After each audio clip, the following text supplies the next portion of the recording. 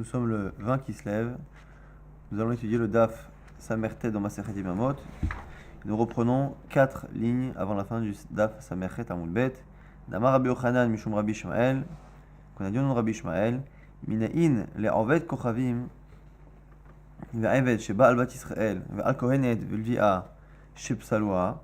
D'où sait-on qu'un goy et un eved, un serviteur, qui a une relation avec une fille, qu'elle soit kohenet, levia ou Israël, eh bien qu'elle devient psula la keuna, d'où on l'apprend. On ne peut pas l'apprendre du passouk classique qui parle des hommes interdits, parce que là-bas les hommes interdits c'est marqué kitiye, les isha, une femme lorsqu'elle sera mariée ou qu'elle aura une relation avec un homme mariable. Ce qui veut dire que là-bas déjà, on ne peut que parler d'un Israël, pasoul, dont les kiddushin marchent. Donc là-bas le passouk, comme il ne peut pas parler des goyim, il faut un passouk par ailleurs qui nous apprend que le goy, la even, il rend la femme interdite à la trouma. Ou bat kohen, kitiye almana ou grusha. On dit là-bas qu'une femme, lorsqu'elle est almana ou grusha, eh bien, elle ne pourra pas manger de trouma si elle a des enfants, mais si elle n'a pas d'enfant de son mari, de qui elle est veuve ou divorcée, eh bien, cette fille de Kohen pourra remanger de la trouma chez son père. Et comme on dit que celle qui pourra remanger de la trouma, c'est celle qui est veuve ou divorcée sans enfant, de là on apprend que c'est que celle qui est veuve ou divorcée, ou celle qui a une relation avec quelqu'un qui peut la rendre veuve, ou peut la rendre divorcée. Ce qui veut, de là on apprend que si elle a une relation avec un homme qui ne peut pas en faire une veuve, ou qui ne peut pas en faire une divorcée, donc un homme comme un goy ou un eved, chez qui il n'y a pas de kiddushin, et bien du coup, elle est interdite. Misheyesh lo almenut vegiroshin ba, yatsur avec kochavim ve'eved, she'en lo almenut vegiroshin. Ça là-bas c'est le passage qui parlait de bat Kohen. Donc là on apprend qu'une bat Kohen, une fille de Kohen, ne pourra pas manger la trouma si elle a une relation avec quelqu'un, un goy ou un eved, parce que justement il ne peut pas lui faire des kiddushin et donc pas de faire de almanut vegiroshin. Ashkechan Kohenet, Levia ve Israeli minalan. Ça on a la preuve pour Kohenet. Maintenant une fille qui n'est pas Kohenet, Levia ou Israeli, comment on le sait? Kedama Rabbi Abba Marav bat uvat, achanami bat uvat. Comme on a déjà vu par ailleurs, qu'il y a une dracha dans un passage qu'on apprend du vav en plus de ubat.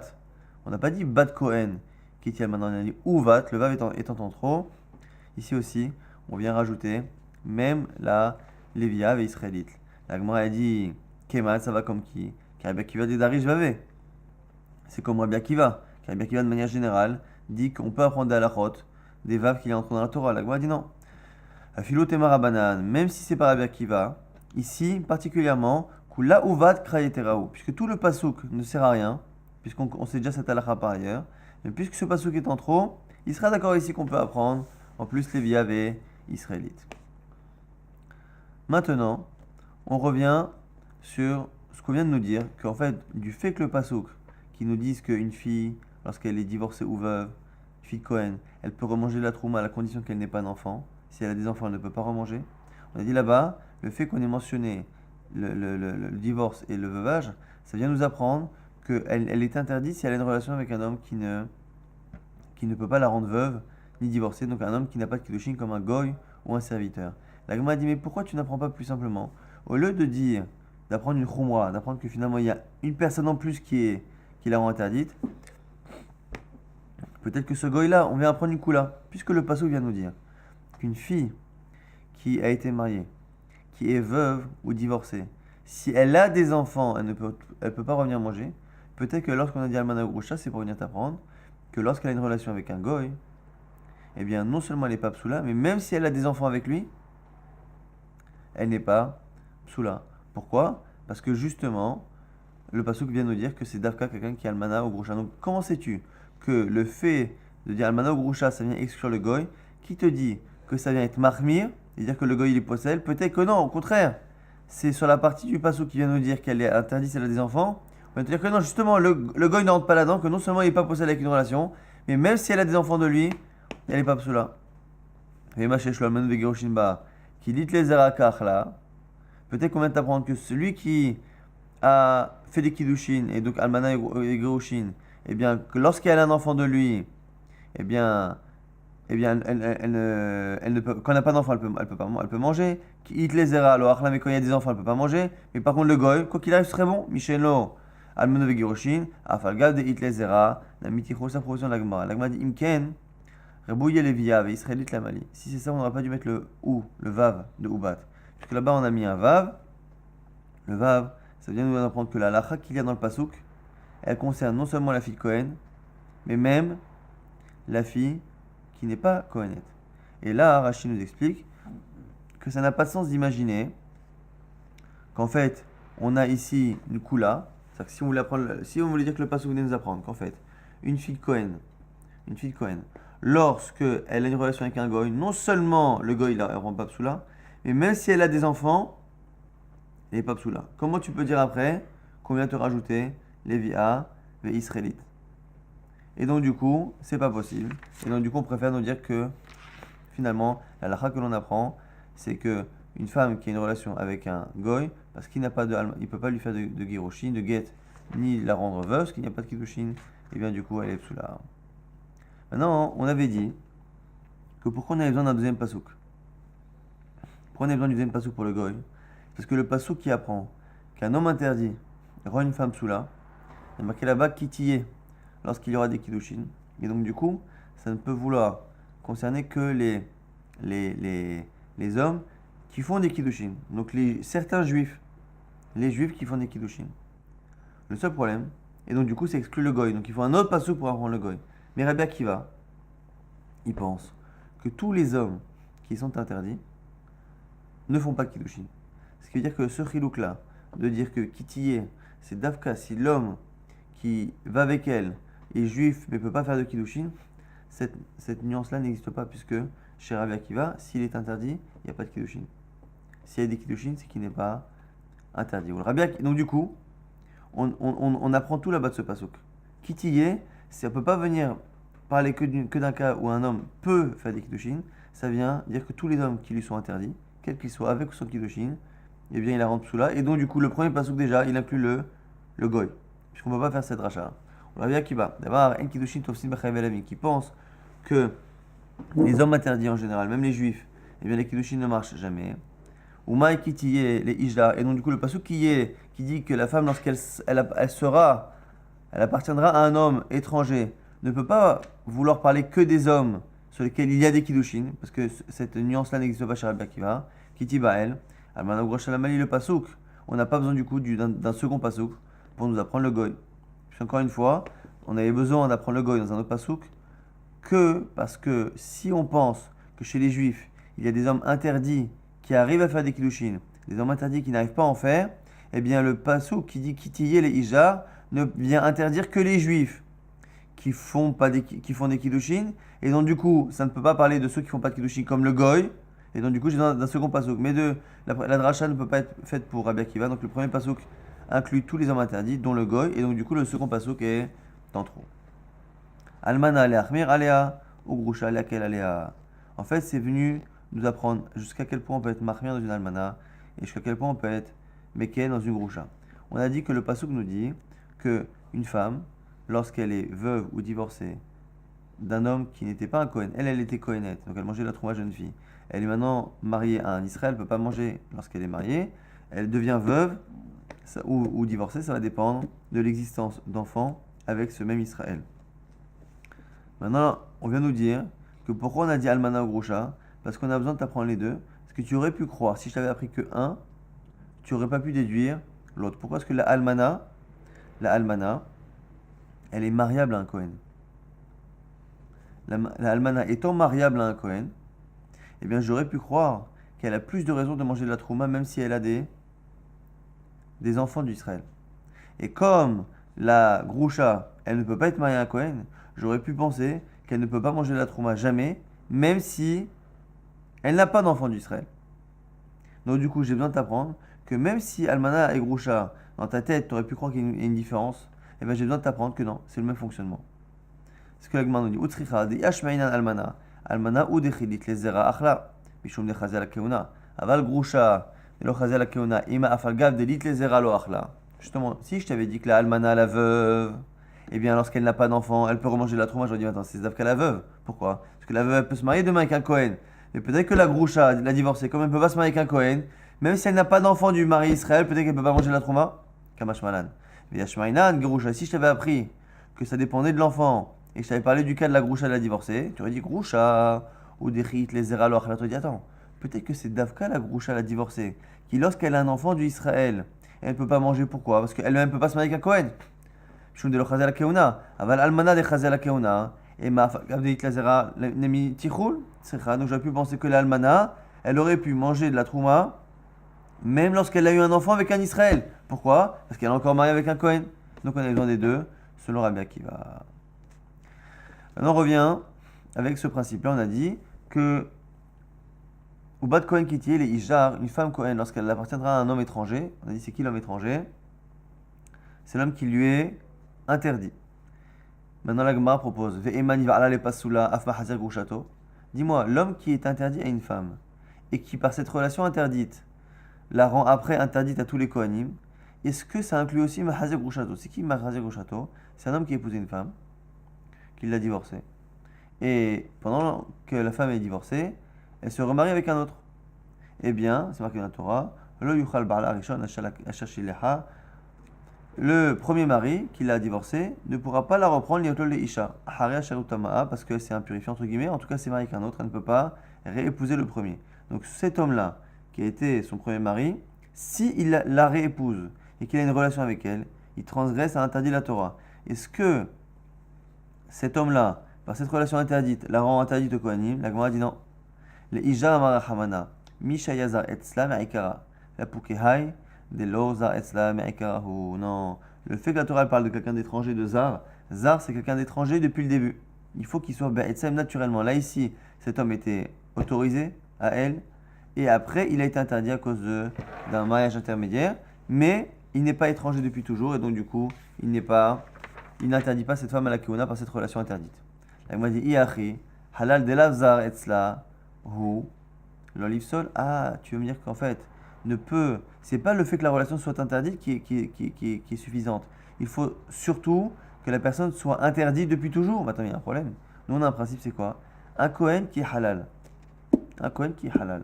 Donc c'est quoi? C'est le fils qu'un Kohen a eu avec une femme interdite.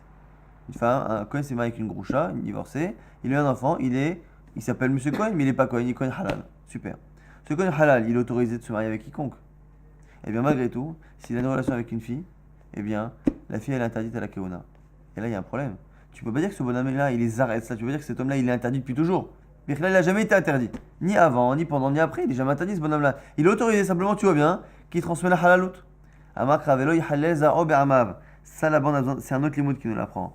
Que un homme, en ayant justement une relation avec une groucha, on le dit le Kohen, il ne faut pas qu'il profane sa descendance. Et là-bas, le fait qu'on parle de sa descendance à côté de lui, ma kish za'olo, on fait un ekesh entre lui et sa descendance, ma hu posel, av za'onami posel. De la même manière que lui, il est posel la almana. Donc, un Kohen gadol. Un Kohen gadol, lorsqu'il épouse une almana, la almana, elle est autorisée à tous les Kohanim, la veuve. Elle peut se marier à tous les Kohanim.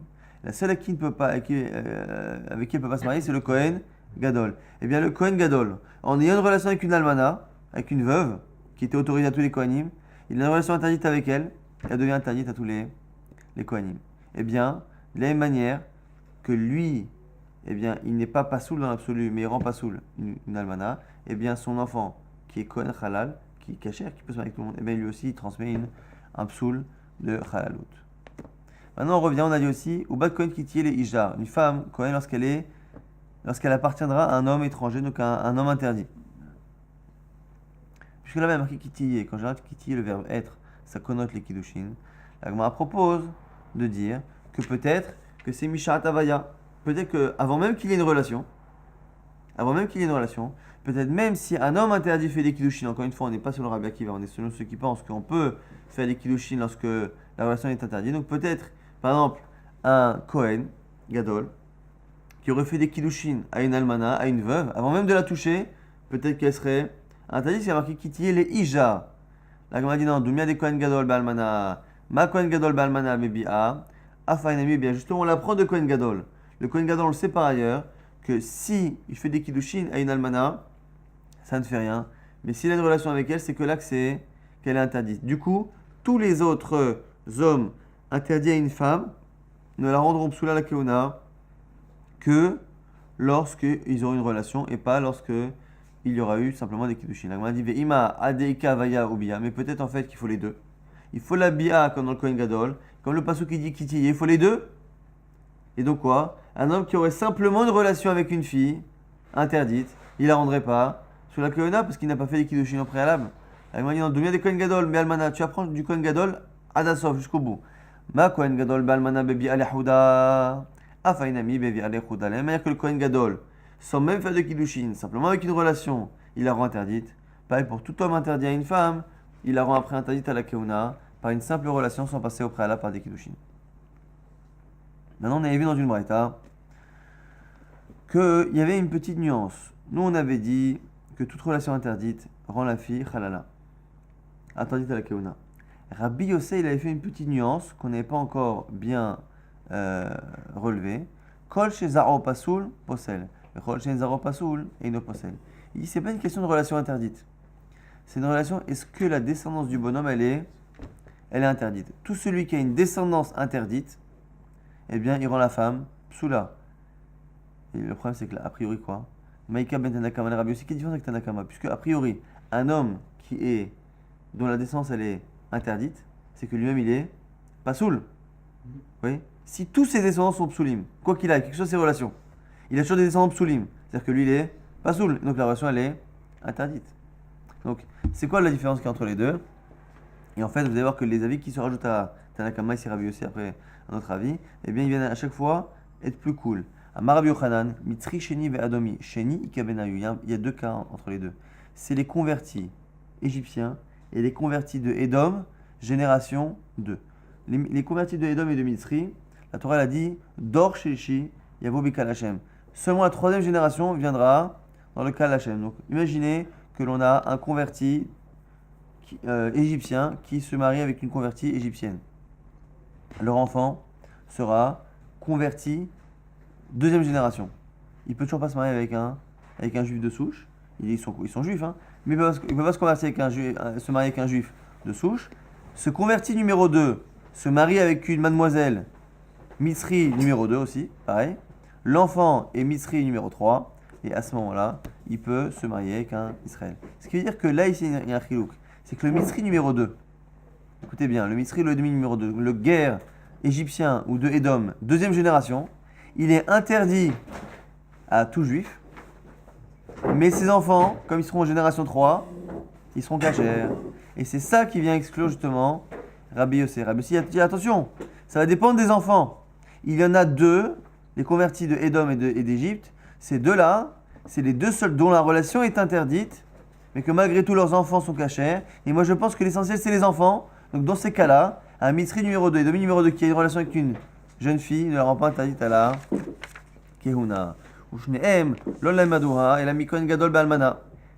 Et les deux l'ont appris du Kohen Gadol. Simplement, ça dépend de ce que l'on prend comme point d'attache. Tanakama Sava, Ma Kohen Gadol Balmana, Shibiato Ba'avera ou Posel, Afainami Posel. Premier avis Tanakama, il dit attends, le Kohen Gadol, il est interdit à l'Almana, et après il a Rampsoula. Bon, ben t'as compris. S'il interdit, c'est Posel. S'il est permis, il n'est pas Posel.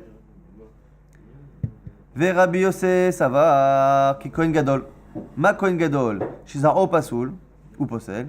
Afkot Shizaro Pasoul, Posel. La Pouké Mitzri Sheni, de Enzaro Pasoul, dirti Bani Mashaï Valedulahem, Dorshelishi, Avolahem Mikal Hashem. Et lui, Rabbi Yossé, il apprend de Kohen Gadol, que Kohen Gadol, lorsqu'il a une relation interdite avec cet almanala, les enfants seront psoulim. Et donc, du coup, Rabbi Yossé dit ce qui est important, c'est pas la relation interdite, c'est les enfants psoulim. Et du coup, dans le cas du Edomi et du Mitzri numéro 2, génération 2, qui lui-même est interdit, mais que les enfants sont kshérim, et bien du coup, il n'est pas possède la femme à la keuna. Rabban Shimon ben Gamliel Omer, Kosh Atanose Bito, Atanose Almanato. Lui dit, Rabban Shimon ben Gamliel, il dit encore une autre nuance. Il dit, c'est pas toute la descendance. Non seulement c'est pas la relation, non seulement c'est pas toute la descendance, il suffit que la fille soit autorisée, celui dont les enfants sont psoulim, les garçons sont psoulim, mais les filles sont kshérot, elles peuvent se marier avec n'importe qui, eh bien, ceux-là, ils ne rentrent pas sous la Kona. C'est qui? C'est Maïka ben Rabbi aussi. Et Rabban Shimon ben Gamliel. Amar Ola Ger Amoni ou Moavi Kabenayu. Les convertis de Amon ou Moav. Amon ou Moav, vous savez que on peut les convertir, donc ils sont juifs, mais Amon ou Moav, ils n'ont pas le droit de se marier avec des juifs. Quoi qu'il arrive. Donc ils se marient entre eux. Super. Maintenant, Ammoni ou Moavi, vélo Ammonite ou Moavite. Mais les filles converties de Moab et de Ammon, elles sont autorisées. Ce qui veut dire que un guerre Ammoni, un guerre Ammon ou de Moab, il est interdit lui-même à la relation. Ses fils, tous les mâles qui descendront de lui jusqu'à la fin des temps seront Tsulim. Mais ses filles, elles sont Ammonites ou Moavites, elles sont autorisées. Et donc du coup, dans ces cas-là, c'est là que Rabbi Shimon ben Gamliel vient nous dire que c'est autorisé. Et pareil, Ushneem Lolim Doa, et là mi Kohen Gadol Be'almana, tout le monde l'a appris du Kohen Gadol Be'almana, Rabbi Yosef Savar, ma Kohen Gadol Be'almana, Shezaro Pasoul ou Posel, Av Kol Shezaro Pasoul Posel. Premier avis, il pense, tu vois bien là-bas que le Kohen Gadol, lorsqu'il a une relation avec une almana, eh bien, tous ses enfants sont psulim. Donc ça dépend de tous les enfants psulim. Rabbi Shimon ben Gamliel Savar, ma Kohen Gadol Be'almana, chez Kol Zaro Pasoul ou Posel, Av chez Kol Zaro Pasoul ou Posel Apoké, Ammoni ou Moavi, de En Kol Zaro Pasoul. D'abord, Ammoni vélo Ammonite, Moavi vélo Moavite. Il vient, Rabbi Shimon ben Gamliel, il dit attention, le Kohen Gadol, comme tous ses descendants sont psulim, filles et garçons, eh bien, ne seront dans le même cas que ceux dont tous les enfants seront interdits. Mais dans le cas où les filles sont autorisées, ça ne rentre pas dans une marloquette, Anakama, Rabbi Yosef, Rabbi Shimon ben Gamliel. Mishnah suivante. Haonez v'amfate